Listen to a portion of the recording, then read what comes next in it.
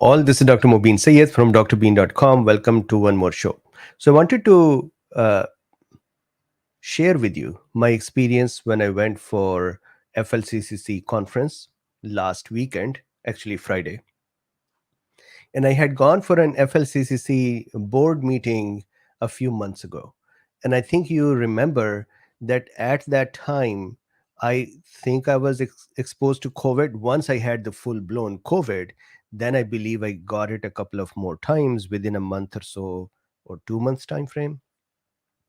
Then I went for the board meeting. And when I came back, I believe on Monday. I think FLCCC have the same pattern that they use a weekend. So Friday you go there, weekend is the activity, then Monday you come back. So I came back on Monday or Tuesday, one of these days.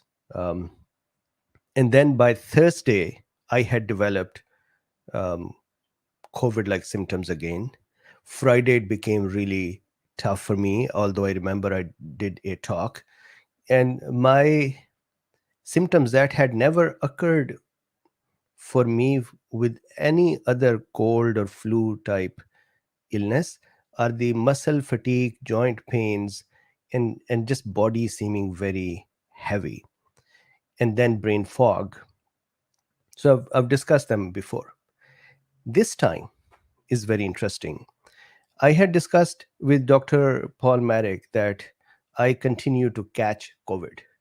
So he said, "Do you know what I do?" And I mentioned it before as well. He said, "I use nasal sprays before and after the exposures, especially if I'm going out with someone, let's say for dinner, or if I'm traveling." So I have talked about nasal sprays many times.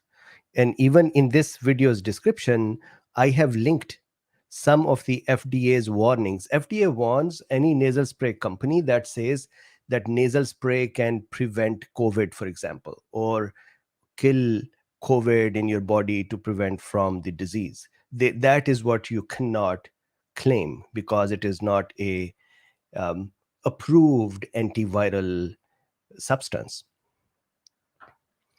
So you would see that there are some letters to various companies, including this one. This is CofixRx that is in my hand. This is 1.2% Povidone iodine, and you shake it well and then you use it.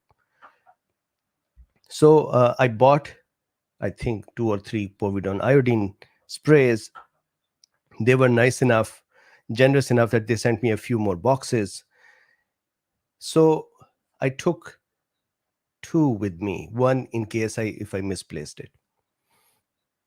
And so I did the same routine. I used it before boarding the plane, used it after, then during the meetings, whenever I would think I'm exposed, I would actually use it, but not too much because it can cause nasal mucosal damage as well. This is povidone iodine.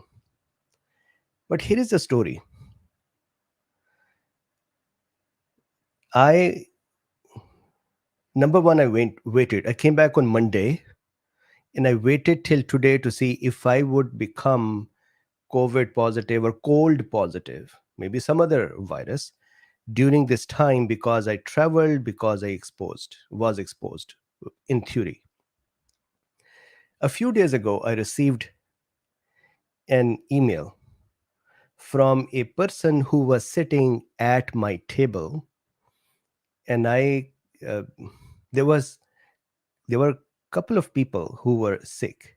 One of them would sometimes cough, and that cough I could actually feel that on my arm when they would cough, and they were not covering their mouth.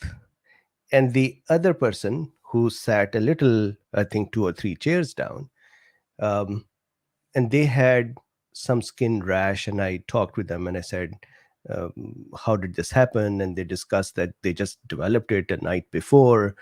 I went to see if they need to have an anti-allergy medicine, and where can that be available, and so on. So they sent me an email 3 or 4 days ago saying that I am the person who had the skin rash and I had COVID during the conference. and I think you may have been exposed as well.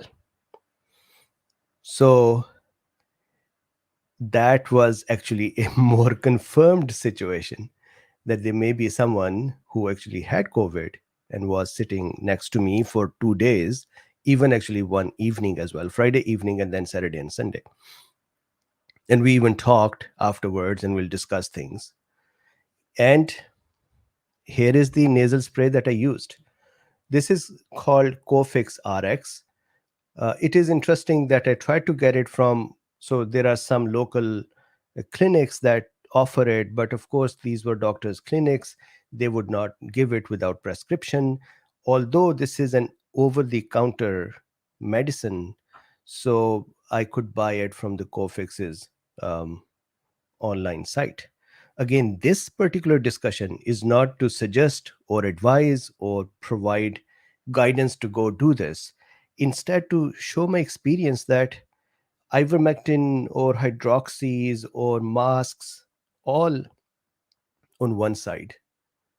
And this little spray, and this may be a coincidence because it's not even a study. This is not that here we had 100,000 people or 10,000 people or 1,000 people and they use spray versus not. There are some studies I have linked in the description. This is just one person's experience. And even that experience, I do not know I was actually really exposed or not. So you cannot really trust this experience. But from an educational point of view, from a knowledge point of view, this is interesting to know that if I was exposed, then I actually had no symptoms at all. And I did not develop, you may feel a little nasal congestion. This happens every time I take a shower. So I just took a shower a couple of, actually 1 hour ago to get ready for this discussion. So I become congested a little after that. That's okay. But I had nothing else. That is the strangest thing. For me, that is strange because um, we know about other mechanisms, or there are mainstream discussions about the mechanisms, for example, masks and others. And here I am, I'm actually pleasantly surprised.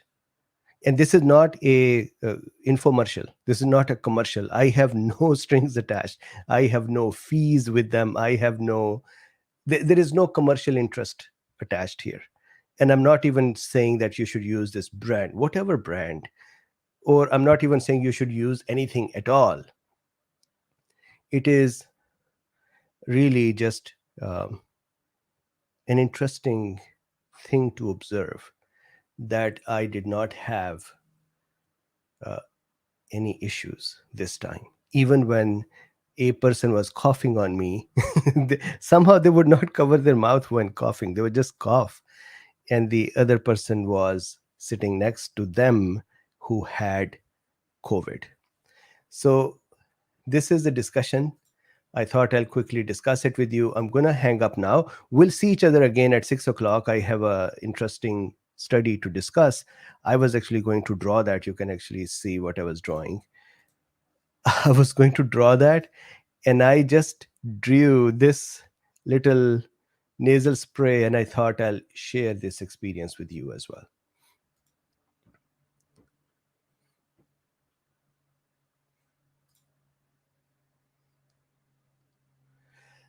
So, with this, again, this is not an advice at all. Talk with your doctor before taking anything, before changing any part of your regimen, your daily intakes, your daily routines. Please talk with your doctor, see what is right, and then go from there. Thank you very much. And I would see you at 6 o'clock as well. In the meantime, please like, subscribe, and share. And there are links in the description if you would like to support this work. Thank you very much. I will see you later.